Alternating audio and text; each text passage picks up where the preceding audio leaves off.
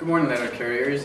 Today we have Mr. Paul Price here with us to answer some questions. Mr. Paul Price is the Region 2 National Business Agent for the NLC. Thank you, sir, for being here. Sure, absolutely. Can you please tell us what NBA actually does? Well, national business agents, there's 15 of us across the country. I have the 6 Northwestern states. And we administer the national agreement, both from local collective bargaining agreements all the way to arbitration. My office normally does 99% of the arbitration in our region. Sometimes we have local business agents from local branches, but we administer the contract, we do lots of education. We're involved politically in elections, different types of elections, and other legislative issues. And the lion's share is probably education. Okay, excellent. Legislation, why is that so important to letter carriers? Well, we have found over time that legislation is very vital to letter carriers. Once upon a time,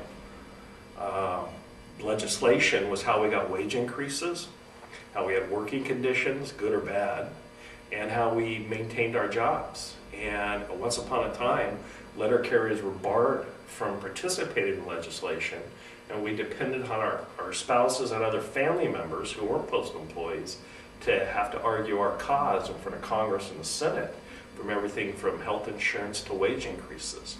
In 1970, that changed quite a bit, and then finally, during the Clinton administration, the Hatch Act, which we were barred from involving ourselves as letter carriers in the legislative issues, was lifted and repealed. And since then, we've seen legislation do everything from provide postal reform to help the Postal Service be successful, and legislation that affects Family Medical Leave Act, other health insurance issues and things like that. So legislative is more important now than ever before. Okay. Speaking of legislation, can you please explain H.R. 22? Yeah, H.R. 22, which was just passed September 30th, what it did was it changed the obligation that the Postal Employee Enhancement Act created in 2005, 2006. What that did during the Bush administration was mandate that the Postal Service pre-fund retirees' health care within 10 years. And we're talking some $85 billion, somewhere in the neighborhood of that. And what it did was place an enormous obligation on the agency to fund that to a tune of about $5.5 billion a year over the next 10 years. And the Postal Service simply couldn't afford to fund it that quickly. There's already $30-some billion sitting in this fund. And no company in the world we're talking, has to pre-fund the retirees' health care. It's a pay-as-you-go in 98% of the Fortune 500 companies. And even small companies don't pre-fund it. So what we wanted to do was slow the contributions there so the Postal Service had capital to get them through the economic downturn that we're experiencing here in the depression we're currently in. How did letter carriers impact the passing of H.R. 22? Oh, it was what we really call lightning in a bottle.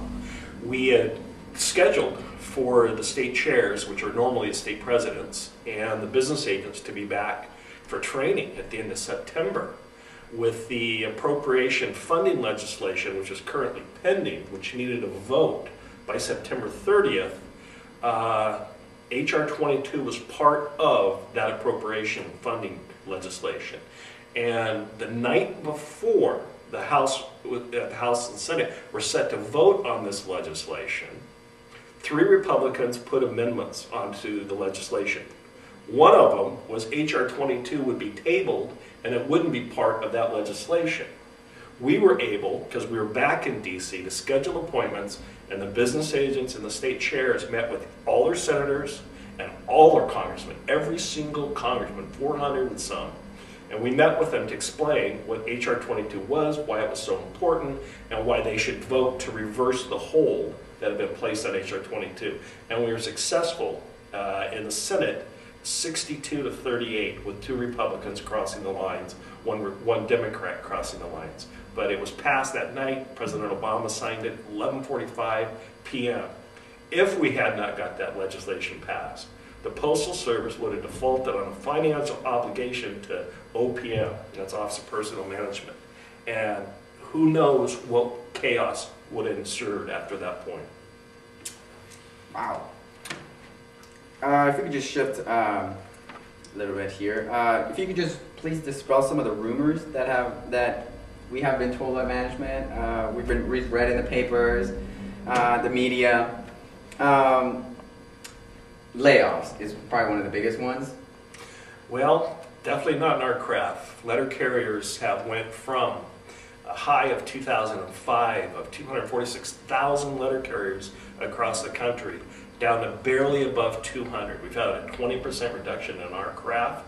At the same time, we had 1.8 million deliveries each year into the network, the last mile network, and we're so thin in the letter carrier craft that we're having problems getting mail delivered, to tell you the truth, and late delivery in lots of places. They haven't been posting positions because the Postal Service thinks they're going to excess APW member clerks, maintenance workers into the letter carrier craft, so they've been holding residual vacancies pending clerks coming into the carrier craft. But that's how thin we are. We can take thousands of people in our craft. So the layoffs aren't going to happen, and everybody that was employed in 2006 is immune to layoff anyway, according to our collective bargaining agreement. But the chances of them getting laid off, I'll buy everybody a beer if anybody gets laid off.